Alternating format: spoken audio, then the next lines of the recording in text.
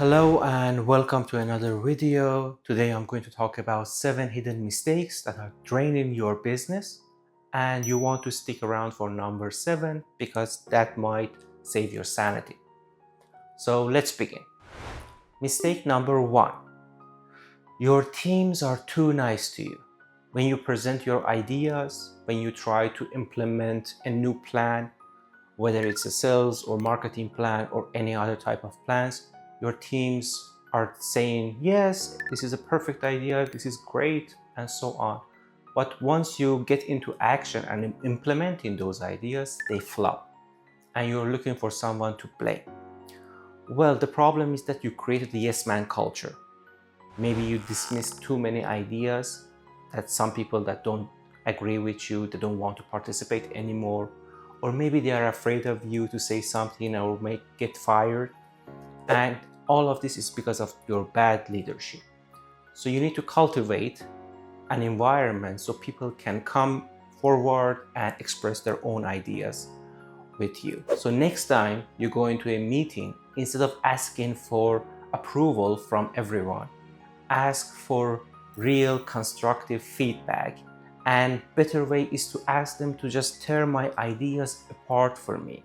Give me all the holes inside my ideas.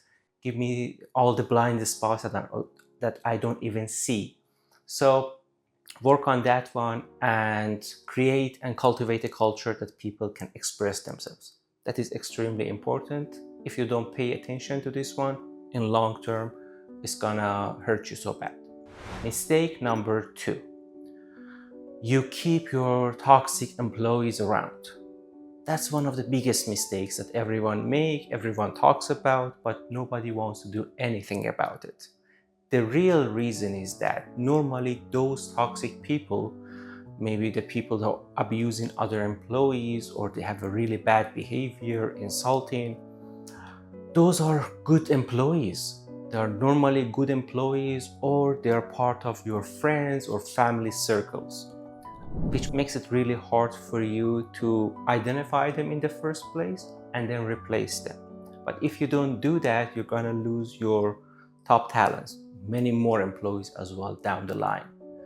So first step is to identify these type of employees, and oftentimes they don't understand what they are doing. So have a serious conversation. Maybe they don't know how to lead, maybe they have bad communication skills that they need to develop. So have a serious conversation, and if it doesn't work, you need to replace them. Even if that person is your top sales guy, or maybe one of your family members, or a friend that you maybe hired a decade ago. And this might hurt your personal relationship. It's tough to do, but at some point you need to make a decision. Otherwise, it's gonna hurt your business long term. Mistake number 3. You say yes to every customer. Well, there's a problem with that one. And maybe you heard of the phrase customer is always right, but that's not a true statement. Even though you want to provide the best quality product and be unreasonably hospitable to your clients and to your customers, it's not always the case. We all face those 1% type of customers that are just maybe negotiating with you over cents and dollars, and who are call you middle of the night for some issues. Maybe they are exhausting your teams and your sales team, your account managers, and your customer support. They're suffering from this, working with these type of clients.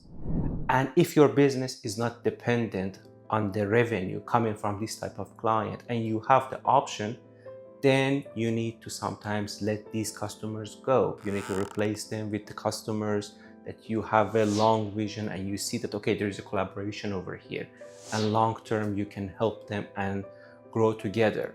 And get rid of those type of customers who are putting a lot of pressure, who are insulting, who are not polite, who are not professional to work with. And you need to gather your courage and say no to them. And if your business is dependent, the revenue of your business is so dependent on certain clients, then you have another issue over here. And that issue is that you didn't diversify your client base, which you need to work on. Mistake number 4. You're getting too comfortable inside your business. Comfort is a disease and you need to get rid of it, whether it's in your personal life or in your professional life. Inside your business, everything works well, your products are selling, you have a steady revenue coming, you have profit inside your business, but you're getting too comfortable. You're not considering other competitors, you're not considering new trends, you're not dedicating enough money to research and development to check what's going on and what are the market shifts. And when you get too comfortable inside your business, you go out of business. And we have so many examples of giants who failed in long term. Kodak is a prime example of such failures. They got too comfortable. And the other night I was watching the Steve Jobs movie, 2015 one, and it was the same situation with Apple, and they rehired Steve Jobs again, and he did his magic and revolutionized the company, which we have right now, Apple, and I'm recording on an Apple phone right now as well. If you're comfortable inside your business, that is gonna lead to disaster.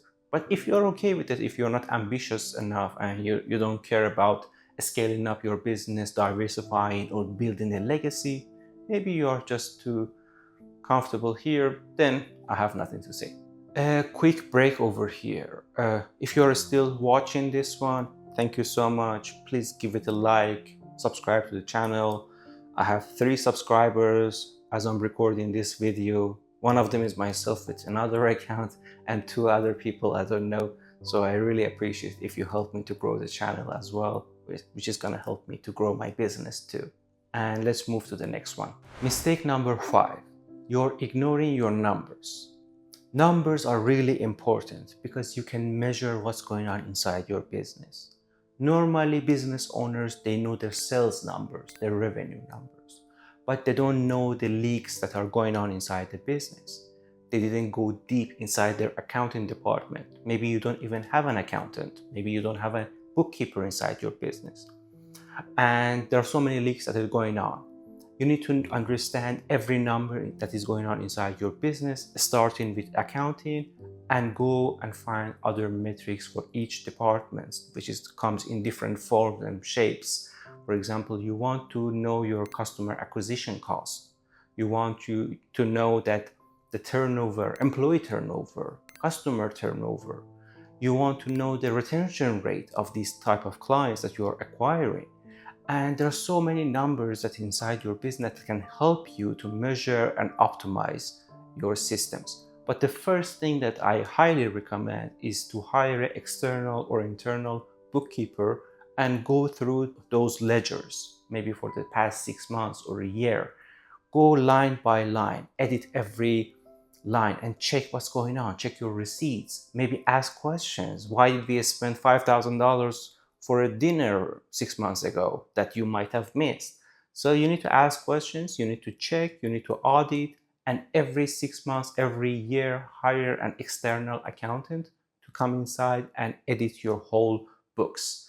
And I promise you, you're gonna find so many leaks that you can prevent, and it's gonna save you a lot of money. Mistake number 6 is chaotic operations.